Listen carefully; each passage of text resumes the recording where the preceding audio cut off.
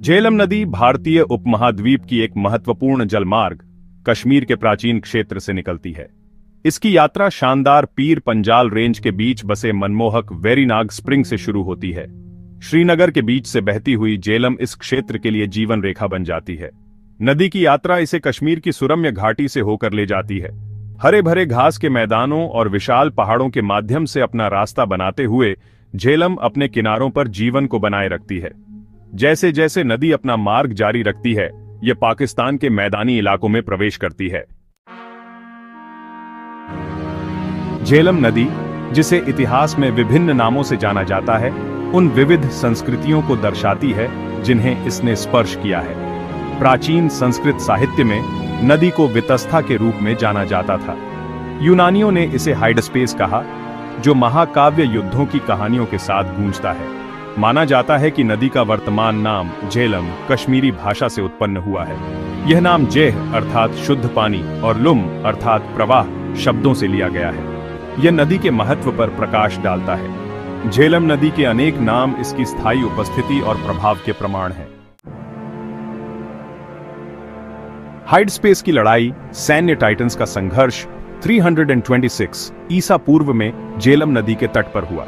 सिकंदर महान मैसेडोनियन राजा, जो अपनी सैन्य प्रतिभा के लिए प्रसिद्ध था, का सामना पौरव साम्राज्य के दुर्जय शासक राजा पोरस से हुआ।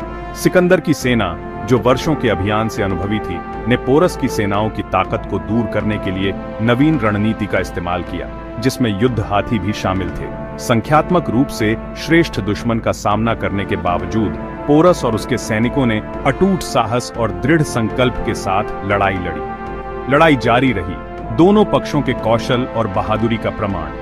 अंत में सिकंदर की रणनीतिक प्रतिभा और उसके सैनिकों के अनुशासन की जीत हुई।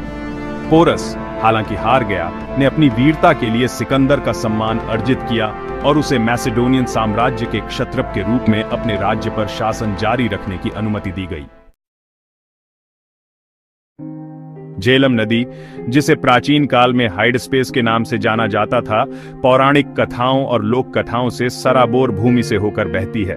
किंवदंतियां और किस्से पीढ़ी दर पीढ़ी चले आ रहे हैं, नदी के इतिहास के साथ जुड़े हुए हैं। इसके पानी में एक रहस्यमय आभा जुड़ती है। ऐसी ही एक किंवदंती कहानी कहती है कि नदी का नाम कैसे पड़ा। ग्रीक पौराणिक कथाओं के अनुसार हाइडस्पेस एक नदी देवता था, जो ओशनस और टेथिस का पुत्र था। कहा जाता है कि नदी का नाम उन्हीं के नाम पर रखा गया था, जो हमेशा के लिए जलमार्ग को देवताओं और पौराणिक प्राणियों के दायरे से जोड़ता है। एक अन्य किंवदंती एक जादुई झरने की बात करती है, जिसने नदी को खिलाया, जिसमें बीमारों को ठीक करने और अनंत युवा प्रदान करने की शक्ति थी। पीढ़ी दर पीढ़ी चली आ रही ये कहानियां उस श्रद्धा को उजागर करती हैं जिसके साथ झेलम नदी को पूरे इतिहास में रखा गया है। हिंदू पौराणिक कथाओं में झेलम नदी का महाकाव्य महाभारत में एक महत्वपूर्ण स्थान है। नदी पांडव राजा युधिष्ठिर से जुड़ी हुई है, जो अपनी धार्मिकता और धर्म के पालन के लिए जाने जाते हैं। किंवदंती है कि कुरुक्षेत्र युद्ध के बाद युधिष्ठिर रक्तपात के लिए पश्चाताप से भरे हुए अपने पापों का प्रायश्चित करने के लिए तीर्थ यात्रा पर निकले। अपनी यात्रा के दौरान वह झेलम नदी के तट पर पहुंचे, जहां उनका सामना एक छिपे हुए आकाशीय व्यक्ति से हुआ। आकाशीय प्राणी ने युधिष्ठिर से कई प्रश्न पूछे, उनकी बुद्धि और सत्यनिष्ठा की परीक्षा ली। युधिष्ठिर ने सच्चाई का जवाब दिया, तब भी जब उन्हें कठिन नैतिक दुविधाओं का सामना करना पड़ा। सच्चाई और धार्मिकता के प्रति उनकी अटूट प्रतिबद्धता ने आकाशीय प्राणी को प्रसन्न किया, जिन्होंने उन्हें उनके पिछले कार्यों के लिए मुक्ति प्रदान की। झेलम नदी इस क्षेत्र के लिए एक जीवन रेखा, कृषि को बनाए रखने और लाखों लोगों के लिए आजीविका प्रदान करने में महत्वपूर्ण भूमिका निभाती है। इसका उपजाऊ पानी खेत के विशाल पथों को सिंचित करता है। नदी के प्रचुर मछली भंडार स्थानीय समुदायों के लिए प्रोटीन का एक महत्वपूर्ण स्रोत है। इस क्षेत्र की अर्थव्यवस्था में झेलम नदी का योगदान कृषि और मछली पकड़ने से कहीं आगे जाता है। नदी एक महत्वपूर्ण परिवहन मार्ग के रूप में कार्य करती है। झेलम नदी भारत और पाकिस्तान से होकर बहने वाली एक अंतरराष्ट्रीय नदी दोनों देशों के बीच जल बंटवारे समझौतों का विषय रही है। 1960 में हस्ताक्षरित सिंधु जल संधि, सिंधु नदी और उसकी सहायक नदियों, जिसमें झेलम भी शामिल है, के पानी को दोनों देशों के बीच आवंटित करती है।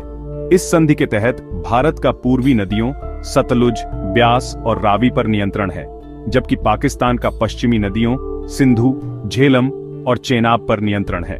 संधि भारत द्वारा विशिष्ट उद्देश्यों जैसे घरेलू, कृषि और औद्योगिक उपयोग के लिए पश्चिमी नदियों के सीमित उपयोग की अनुमति देती है। सिंधु जल संधि अंतर्राष्ट्रीय जल संसाधन प्रबंधन में एक ऐतिहासिक समझौता का उद्देश्य दो पड़ोसी देशों के बीच एक महत्वपूर्ण संसाधन का समान वितरण सुनिश्चित करना है। संधि की सफलता जल बंटवारे पर सहयोग को बढ़ावा देने और विवादों को रोकने की क्षमता में निहित है। झेलम नदी दुनिया भर की कई नदियों की तरह प्रदूषण, वनों की कटाई और जलवायु परिवर्तन सहित कई चुनौतियों का सामना कर रही है। अनुपचारित सीवेज, औद्योगिक बहिर्स्राव और कृषि अपवाह नदी के पानी को प्रदूषित करते हैं, जिससे मानव स्वास्थ्य और जलीय जीवन के लिए जोखिम पैदा होता है।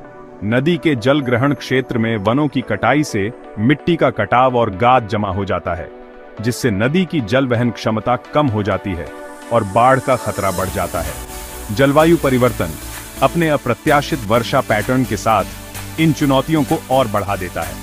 इन चुनौतियों का समाधान करने के लिए विभिन्न संरक्षण प्रयास किए जा रहे हैं। सरकारी एजेंसियां, गैर सरकारी संगठन और स्थानीय समुदाय स्थायी जल प्रबंधन प्रथाओं को लागू करने, वनीकरण को बढ़ावा देने और नदी संरक्षण के बारे में जागरूकता बढ़ाने के लिए मिलकर काम कर रहे हैं।